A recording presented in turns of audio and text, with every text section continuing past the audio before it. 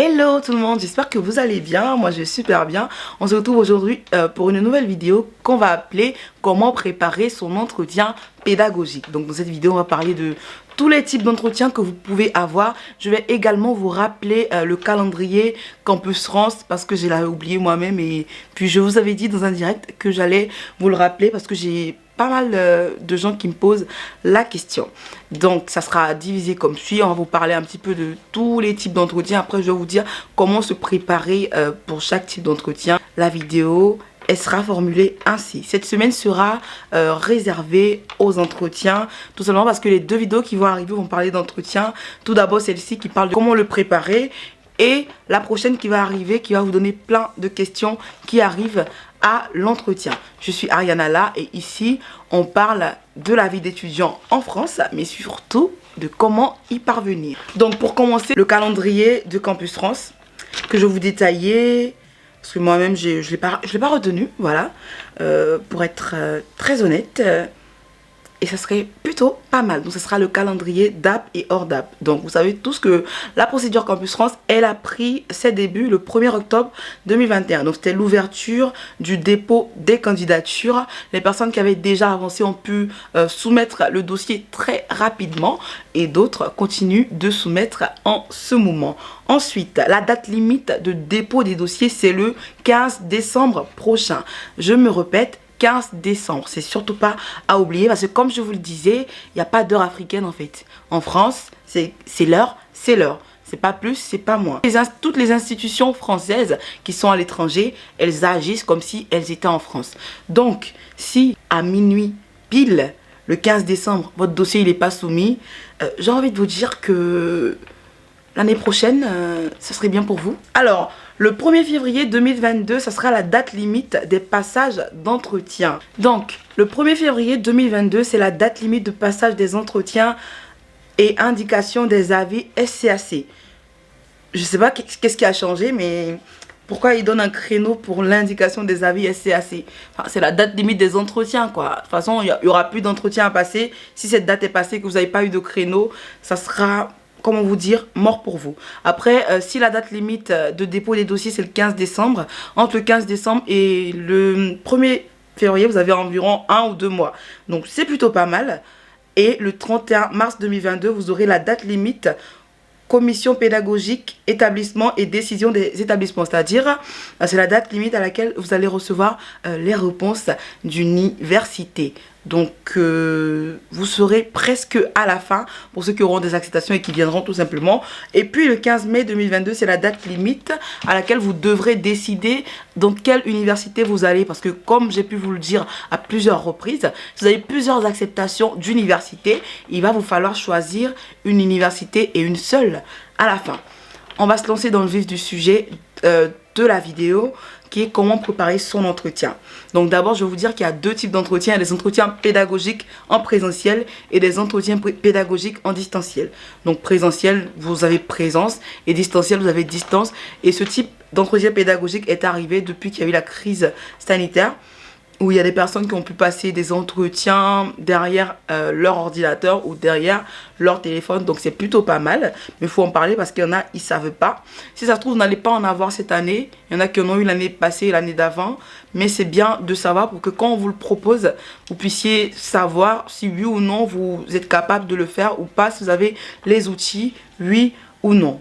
Il faut savoir que l'étape de l'entretien pédagogique, elle est très importante et elle est à passer. Elle est à préparer comme un examen. Elle est vraiment à préparer comme un examen, c'est-à-dire l'état d'esprit, les questions qui vont arriver, qu'est-ce que je vais y aller y dire. C'est très, très important. Donc, l'entretien pédagogique, en général, va durer entre 15 et 30 minutes. Si ton entretien pédagogique a duré 30 minutes, c'est peut-être que tu as été super intéressant et que l'examinateur Campus France, il a eu tellement la joie de t'écouter qu'il a pu te poser beaucoup plus de questions. Mais si ton entretien dure 3 minutes, j'ai envie de te dire que ça fait peur. Parce que tu vas pas dire bonjour, comment vous allez, au revoir. Donc, si ton entretien dure 3 minutes, c'est peut-être que ça a été chaud au niveau politesse, au niveau tenue, mais c'est rare. Je voulais aussi ajouter que la durée que vous passez à l'entretien ne va pas forcément déterminer l'issue de votre candidature. C'est vrai que passer 3 minutes à l'entretien, c'est un peu limite, ça fait peur. Mais passer 30 minutes à l'entretien ne veut pas dire que tu vas en France demain. Donc, il faut que vos 30 minutes passées à l'entretien soient productives.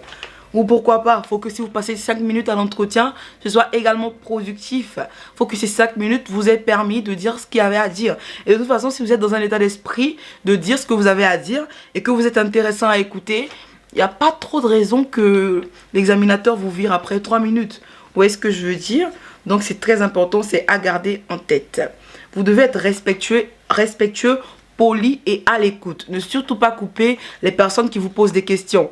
Ne surtout pas regarder les gens de haut. Ne surtout pas monter sur vos grands chevaux. On n'est pas chez vous, on n'est pas chez vos parents. Quand vous arrivez à l'espace Campus France, vous reprenez toute votre politesse qui vous a déjà été apprise ou non. Et vous écoutez, vous répondez aux questions. Après, bien sûr que la personne ait fini de parler parce que quand vous coupez quelqu'un pendant qu'elle parle, c'est horrible. Personne n'aime ça. Ça, c'est en ce qui va concerner l'entretien pédagogique en présentiel. En ce qui concerne l'entretien pédagogique en distanciel, ce que vous devez savoir dès le départ, en fait, c'est vous poser la question, est-ce que je suis à mesure de le faire? C'est-à-dire, est-ce que j'ai un téléphone adapté? Est-ce que j'ai le réseau internet adapté? Est-ce que j'ai un ordinateur ou une tablette adaptée? Dès lors que vous ne les avez pas et qu'on vous propose ces entretiens-là, si c'est facultatif, vous n'y allez pas. Si c'est facultatif, vous refusez ces entretiens et vous prenez tout simplement des entretiens en présentiel. C'est beaucoup plus facile pour vous.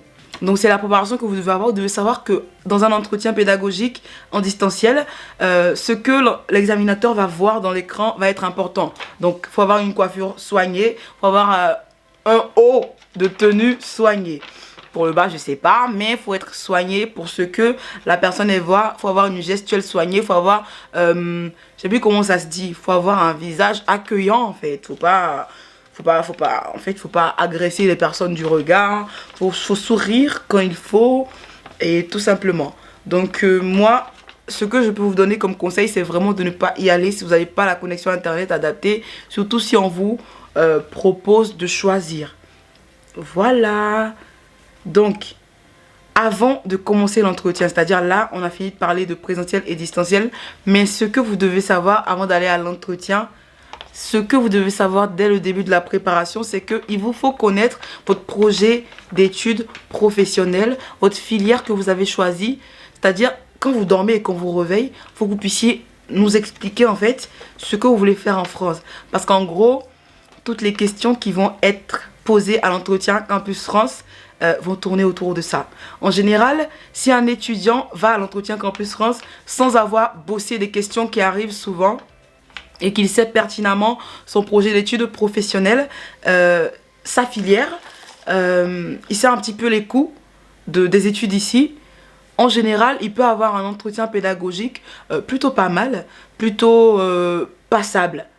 Donc c'est à ça que vous devez ajouter les questions qu'on va vous poser. Donc après, vous êtes mis en tête que vous devez savoir absolument vos projets, c'est-à-dire d'études et professionnels.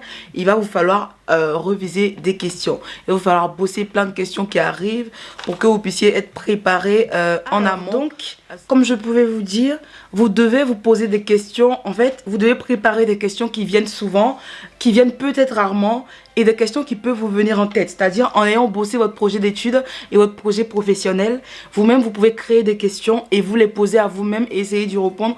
On ne sait jamais. Des questions sur vous, sur votre personnalité, des questions qui peuvent même venir en entretien d'embauche et pas en entretien Campus France. Il peut arriver un jour que ça vous tombe dessus à Campus France. Voilà. Aussi, gardez en tête que à l'entretien Campus France, vous avez un ennemi. C'est pas l'examinateur, mais c'est plutôt l'avis SCAC négatif. Donc c'est ce que vous devez avoir en tête pour bien vous comporter, pour bien répondre aux questions, pour pas couper les examinateurs.